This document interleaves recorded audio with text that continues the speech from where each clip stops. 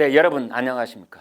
이 선출직 공직자에게 나라 살림을 맡겨야 하는 제도를 유지하는 한 인기 영합주의 정책으로 제사를 깎아먹는 이 악순환 고리를 멈출 수는 없어 보입니다. 대표적인 선출직 공직자는 대통령, 국회의원, 서울시장, 부산시장 그리고 도지사들 이런 사람들입니다. 이들을 우리 손으로 뽑아서 우리 세금을 쓰라고 맡겨야 하는 이상 그들이 그 돈을 펑펑 쓰면서 다시 우리 표를 사려고 할 것이고, 우리 유권자들은 우선 먹기는 꽃감이 달다고 알면서도 속아야 하는 이 이상한 질곡에서 벗어날 길이 없는 것 같습니다. 서울시장, 부산시장 보궐선거가 한 달 남짓 남았는데요. 어제 3월 1일 여야에서 후보 두 사람이 1차 관문을 통과했습니다.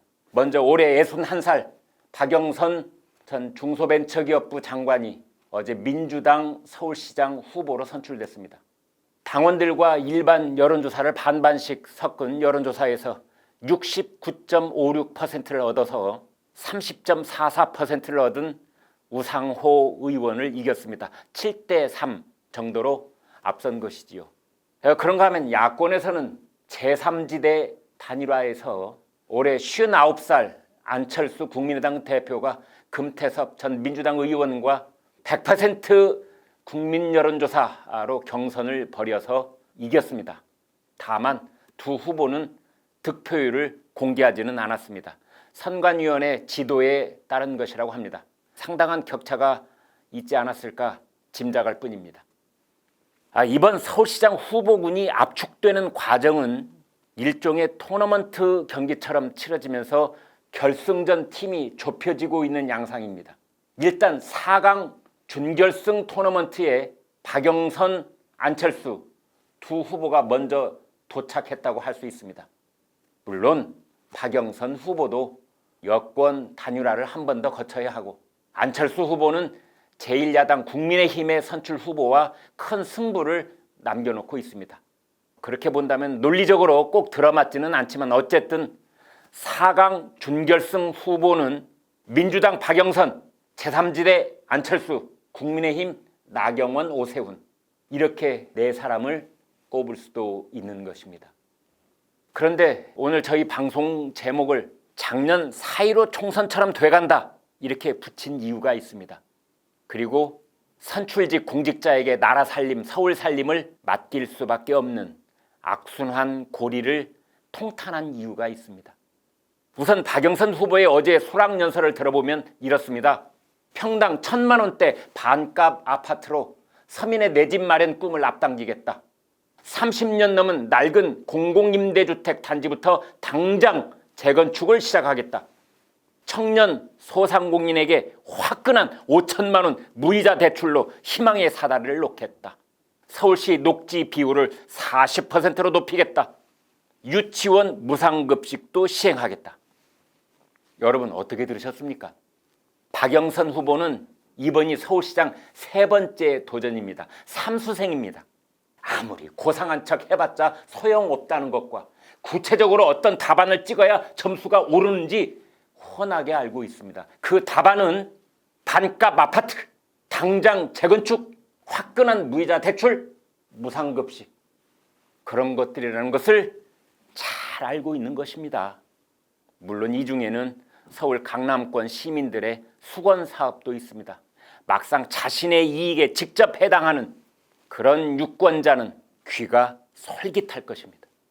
남들이 포퓰리즘이라고 욕을 하든 말든 어떻게 재원 마련을 할 것이냐고 따지든 말든 삼수생 박영선 후보는 서울 시민들도 알면서 속는다는 것을 뼈저리게 경험한 것입니다.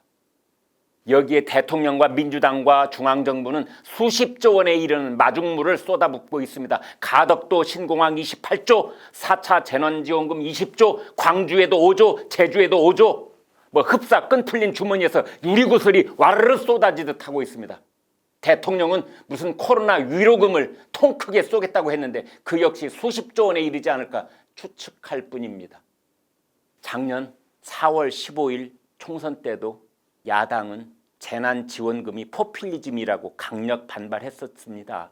그러나 시간이 흐를수록, 그러니까 선거 날짜가 다가올수록 국민 여론이 재난지원금을 바라는 쪽으로 기울자 야당도 급작스럽게 태도를 바꿨습니다. 선거를 불과 열흘 남겨놓고 전 국민에게 재난지원금 50만 원씩 풀겠다고 공약을 내세웠습니다. 그러나 이미 판세는 기울어진 뒤였고 결과는 참패였습니다. 이번 서울 부산시장 선거에서도 국민의힘의 딜레마가 여기에 있습니다. 가덕도 특별법도 3차, 4차 재난지원금에 대해서도 선거용 매표 특별법이요, 선거용 돈풀기라고 날을 세우고는 있지만 내심으로는 조심하는 분위기입니다. 목청껏 비난을 쏟아부었다가 선거에 지고 나면 무슨 소용이란 말입니까? 이런 와중에 야권에서는 안철수 후보가 일단 4강 준결승 무대에 올라선 것이지요. 이런저런 여론조사에 따라 저희의 분석도 왔다 갔다 하는 것은 아니지만 한 달 전에 이미 뚜렷한 추세가 감지되고 있었습니다. 안철수 후보의 지지율은 큰 변화가 없는 상태에서 박영선 후보의 지지율이 골든크로스를 치고 올라오는 양상을 보였기 때문입니다. 최근까지 발표된 각종 여론조사는 양자간, 다자간 대결에서 박영선 후보가 야권의 누구와 맞붙어도 우세를 보이는 것으로 나타나고 있습니다. 문제는 이제 야권 단일화입니다. 안철수 후보는 오는 3월 4일 국민의힘 후보가 선출되는 즉시 만날 것이라고 했습니다. 나경원, 오세훈 둘 중 한 사람이 국민의힘 후보가 될 것이라고 가정할 때 그들이 안철수 후보를 즉시 만나 줄지, 만난다면 어떤 장소에서 어떤 모양새로 어떤 전제 조건으로 만날지 그 어떤 것도 아직 결정된 건 없습니다. 안철수 후보는 몇 가지 핵심 숙제를 안고 있습니다. 첫째, 중도층을 얼마나 끌어오느냐. 둘째, 문재인 지지자 중에서 이탈한 유권자들, 즉 탈문 세력을 얼마나 이끌어내느냐.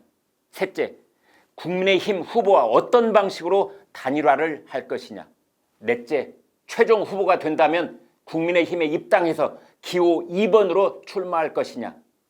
이렇게 대략 4가지로 압축할 수 있습니다. 물론 최종 단일화 과정에서 김종인 비대위원장이 장담하는 것처럼 국민의힘 후보가 최종 야권 후보가 된다면 이런 계획도 다 물거품이 될 것입니다. 여러분은 어떻게 보십니까? 그런저런 단일화 과정을 거치면서 안철수, 김종인, 나경원, 오세훈은 서울 시민에게 감동을 안겨줄 수 있을까요? 아니면 오히려 여러 잡음을 일으키면서 실망만 안기고 점수를 더 깎아먹을까요? 3월 18일은 선관위원회에 서울 부산시장 후보를 등록하는 날입니다. 그날 결승전에 오르는 선수 2사람의 이름은 누가 될까요?